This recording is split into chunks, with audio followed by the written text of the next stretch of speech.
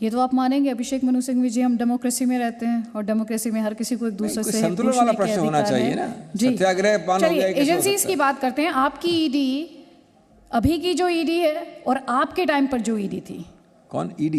ED Rahul Gandhi से ED ने पूछताछ की, ईडी को लेकर हमलावर है पार्टी।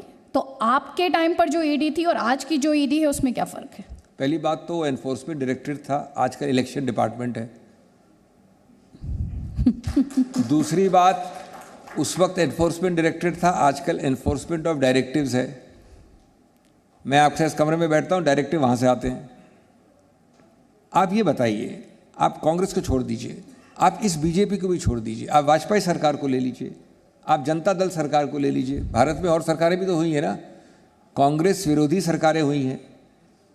आप सत्य अगर माने और अपने हाथ को, जैसा मैंने कहा, हाथ को अपने हृदय पर रख के पूछिए प्रश्न, कभी भी भारत के स्वतंत्र इतिहास में आज 75 स्वर्णिम वर्षों में इन तीन एजेंसीज का इसका 1/10वां हिस्सा भी दुरुपयोग हुआ है क्या? कोई आदमी जो सत्य आंसर देगा वो कभी इसको नहीं कह सकता कि हाँ हुआ है, जितना कि इस सरकार का 8 वर्ष में हुआ है, इस सरकार द्वारा 8 वर्ष में हुआ है।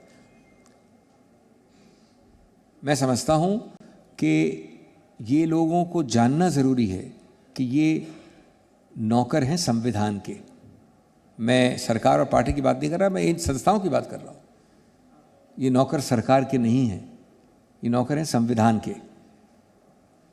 और जब संविधान का तमाचा पड़ता है तो संविधान का तमाचा सर्वोपरि होता है। तो इसलिए ये सोचना कि भाई हम जिसको, आज हालत ये हो गई है कि ईडी के जो एक्ट है, और मैं कुछ वकील की हैसियत से भी जानता हूँ इसके बारे में कुछ, जो दुरुपयोग किया जा रहा है, जो इंटरप्रिटेशन हुआ जा रहा है, वो बेमिसाल है। मतलब कभी सोच नहीं सकता कोई आदमी। अभी थोड़ी देर पहले हम सत्याग्रह की बात कर रहे थे, सत्य के लिए आग्रह है। हाँ। सत्य राहुल के साथ है, राहुल गांधी के साथ है। ये ना तो सरकार तय कर सकती है और ना एजेंसी तय कर सकती है, ये फैसला तो अदालत करेगी। तो क्या अदालत के फैसले तक इंतजार न किया जाए? बिल्कुल, अदालत के फैसले का अभी स्टेज ही कहाँ है, ये भी प्रश्न। सेलेक्टिव लीक्स कर करके ईडी सिखाती है, पढ़ाती है, शिक्षा देती है जनता को कि अरे कोर्ट क्यों नहीं चले जाते। ये नहीं बताते कि कोर्ट किस लिए जाएं। एक चीज़ में जा सकते हैं, एंटिसिपेटरी बेल सीख करने को। राहुल गांधी का मैं क्यों सीख करूं एंटिसिपेटरी बेल, मैंने कुछ गलत नहीं किया है। उसके अलावा क्या जाए? आप दुरुपयोग करो और मेरे से प्रश्न पूछो कि आप कोर्ट क्यों नहीं जाते हो। आप 55 घंटे 5 दिन मेरा इंटरोगेशन करो।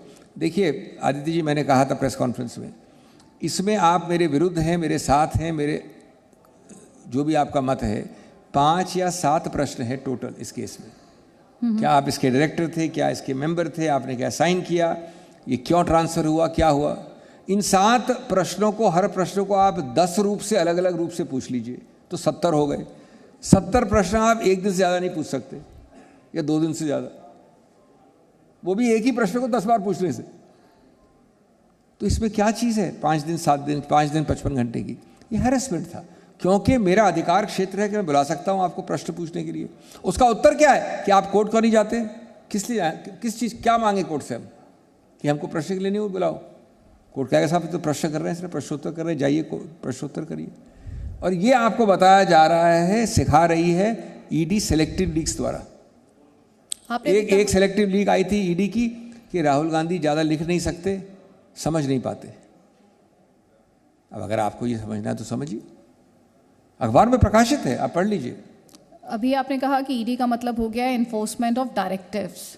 आपके टाइम में सीबीआई को कहा गया था तोता, पिंजरे में कैद तोता। तो एजेंसी इसको लेकर तो इस तरह के आरोप लगते रहे। एक वारदात हुई थी जिस संदर्भ में उच्चतम न्यायालय ने कहा था, उसका क्या परिणाम हुआ उसको क्यों नहीं बोलती हैं आप साथ साथ। मैं समझता हूं उस प्रोसीजरल वारदात के लिए एक कैबिनेट मंत्री ने इस्तीफा दिया, वो बात को भूल गए। आज जो आप हर दिन दुरुपयोग करते हैं एजेंसी का, क्या परिणाम हो रहा है? कोई अकाउंटेबिलिटी है, कोई ओवरसाइट है, कोई ओवरसाइट है? जीरो। आज आप अपने चहेते, और विशेष रूप से चहेते की परिभाषा है कि एक पश्चिम भारत के एक प्रदेश से ही होना चाहिए, लोगों को नियुक्त करते हैं, उसका दुरुपयोग करते हैं, अकाउंटेबिलिटी जीरो है। मैंने कहा प्रेस कॉन्फ्रेंस में that BJP is in a rage and therefore they have put ED in a cage. ये सही पिंजरा है, ये पिंजरा 8 साल वाला है, वो एक वारदात वाला नहीं है जिसके बारे में सुप्रीम कोर्ट ने कहा था। चलिए, राहुल गांधी और सोनिया गांधी के टाइम की जो कांग्रेस है, सोनिया गांधी जी की कांग्रेस और राहुल गांधी की कांग्रेस में क्या फ़र्क है? हमारे यहाँ यह बात आप सही कह रही हैं, वाजपेयी बीजेपी और मोदी बीजेपी में बहुत बहुत फ़र्क है। मैं वाजपेयी बीजेपी में भी इंटरेक्ट कर पा चुका हूँ।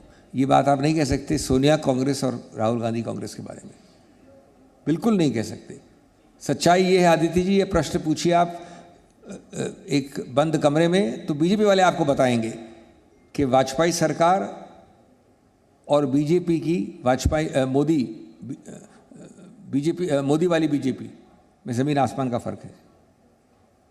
ये बात हमारे पार्टी में नहीं है। हमारी गलतियां जरूर रही होंगी, हम पावर से सत्ता से बाहर हैं, आप ये भी कह सकते हैं हमारे अच्छे दिन नहीं है अभी, लेकिन हमारे में ये दुभांत नहीं है।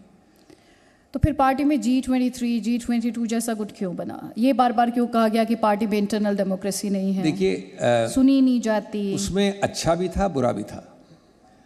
G23 की मेरी समझ ये है कि उसमें एक पहलू है ठोस सकारात्मक सुझाव देकर सुधार लाना, और मैं नहीं समझता कि इसमें कोई गलती है, सिवाय एक, उसको आपने न्यूज़ में सार्वजनिक रूप से ज़्यादा स्प्लैश किया, वो नहीं होना चाहिए था।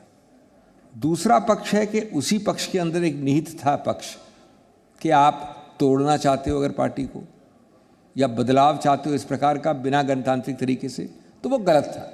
मैं बड़ा स्पष्ट कह रहा हूँ। ये दोनों विवाद बहुत हद तक 3 दिवसीय उदयपुर चिंतन शिविर में पूरी तरह से खुले रूप से एड्रेस हुए हैं।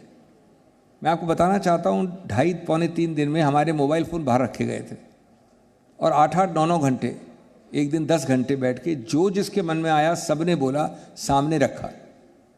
इससे ज़्यादा खुले रूप से विवेचन नहीं हो सकता। अब उसके बाद हर आदमी की बात मानी नहीं जा सकती। उसका नोट लिया गया, उसका एक सार निकाला गया, और बहुत सारे उसमें परिवर्तन आ रहे हैं, तो ये सकारात्मक है। लेकिन अगर आप उस गुट में ये भी कर रही हैं, षड्यंत्र बना रही हैं कुछ करने को, तोड़ने को, निकलने को, तो वो गलत है। तो दोनों मिश्रण थे, और मैं समझता हूं कि छाछ और दूध और अच्छा और बुरे में सब चीज ठीक हो गया।